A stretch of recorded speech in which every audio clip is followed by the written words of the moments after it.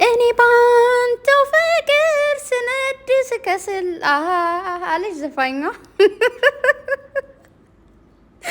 ወይኔ ጉዴ! ኧረ እኔ እኮ ከልጅቱ የእናንተ አነጋገርና የእናንተ እንትነት ጣሮ ይገረመኝ።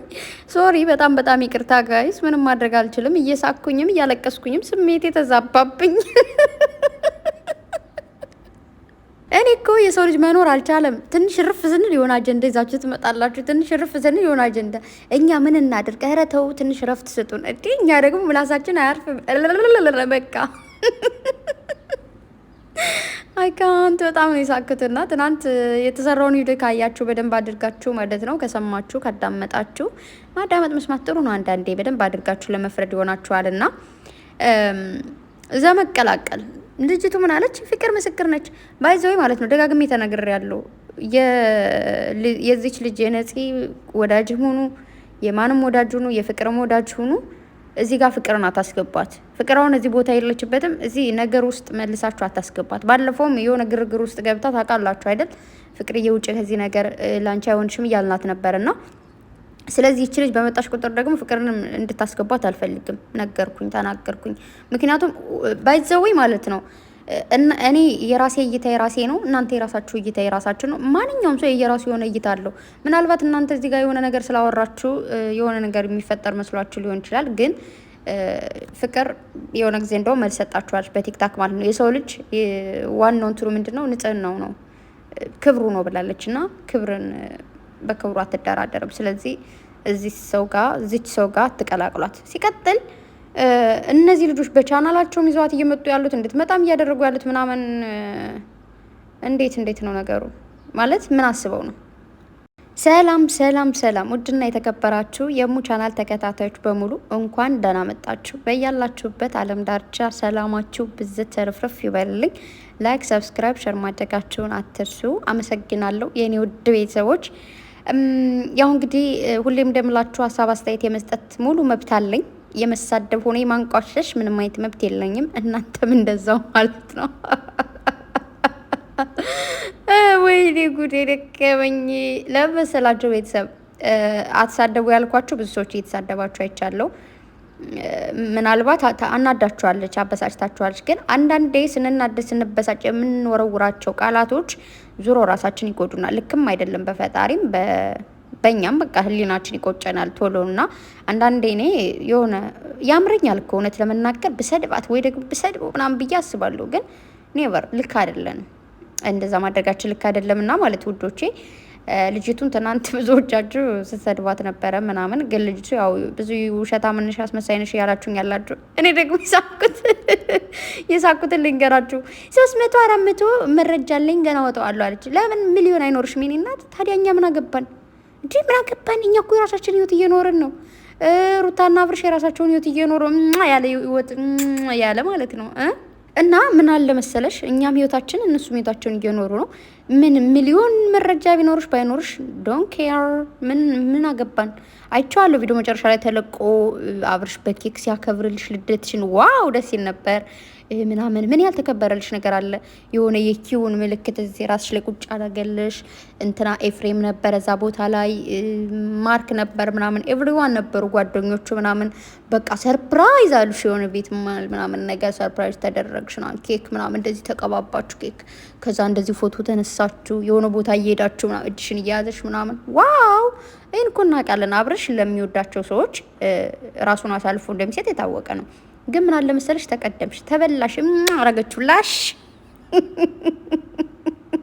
ላጥ አረገችው ሩቲ ማለት ነው። እሳት ይመችሻው በእናትሽ። እና እንደዛ ነው ገባሽ?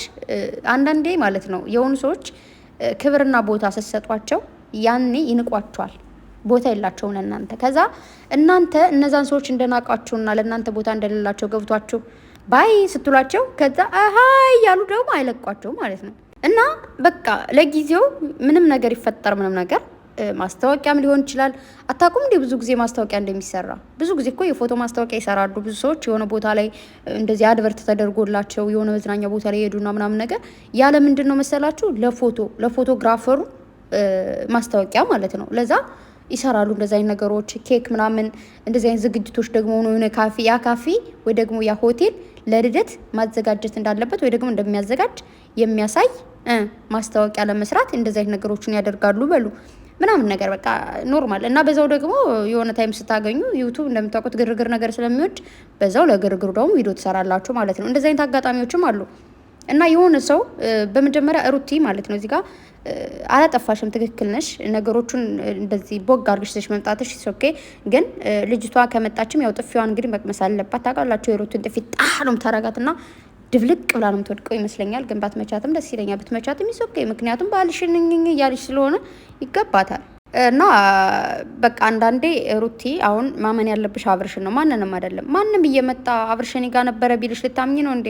እመኝ። ግን በቃ ምንም አያመጡ። ምክንያቱም እሱ ስለማይፈልጋቸው ከአንቺ ጋር ሆኗል። ሶ ያለፈ ህይወት እየመጣ ሊበጠብጥሽ አይችልም። ማናቸውም ቢሆን ስለ ሩታ ብቻ ሳይሆን ማናቸውም በዚህ ህይወት ላይ ያላችሁ እህቶቼ፣ ወንድሞቼ ያለፈ ህይወት ያለፈ ነው። የሆነ ነገር ሊፈጠር ይችላል፣ ስሜቱ ምናምን። አንዳንዴ የእናንተ የነበረ ሰው ሌላ ሰው ጋር ሲሆንም የሚሰማችሁ ስሜት ሊኖር ይችላል። ሰው ዛት ምንም ማለት አይደለም። ዶንት ኬር ማድረሽ ነው። እንግሊዝ ነው ማውራው ዛሬ። ታሞ ተመማቀቅ አስቀድሞ መጠንቀቅ የሚባለው አባባል ልክ ነው።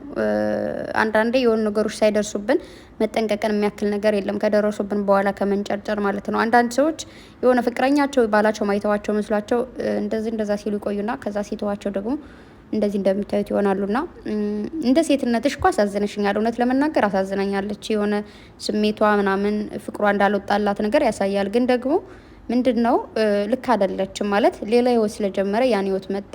አሁን ዛሬ የአብርሽና የሩታ ህይወት ቢበጠበጥ እሷን መልሶ አብርሽ ያገባት ነገርና ደስ አይልም። በቃ የአንድ ህይወት የኛ ህይወት ተበላሸና የሌላ ሰው ህይወትና አበላሽ ማለት አይደለም። እቴ የኔ ምክሬ ነው ማለት ነው። ፍቅረኛውም ነበርሽ ለአድቨርትም ስሩ ለምንም በቃ አልፏል ማለት ነው። እና ብዙዎቻችሁ እንዳልኳችሁ ልጆቹ ራሱ በእናንተ ቻናል ያመጣችሁ ያላችሁ ለአብርሽ ነገር ፈተናዎች እንዲያጋጥመው የምትፈልጉ ነው የምትመስሉት። እና ያው ሁሌም እንደምላችሁ የሆነ ነገር ከፍ ስትሉ ምናምን ዝቅ የሚያደርጋችሁ ሰው ዝቅ ሊያደርጋችሁ የሚፈልገው ብዙ ነው። ከፍታችሁ እንደሚፈልገው ሁሉ ዝቅታችሁ የሚፈልጋለና ብቻ ግን ነገሮቹን ፊክስ አድርጓቸው፣ ፍቷቸው።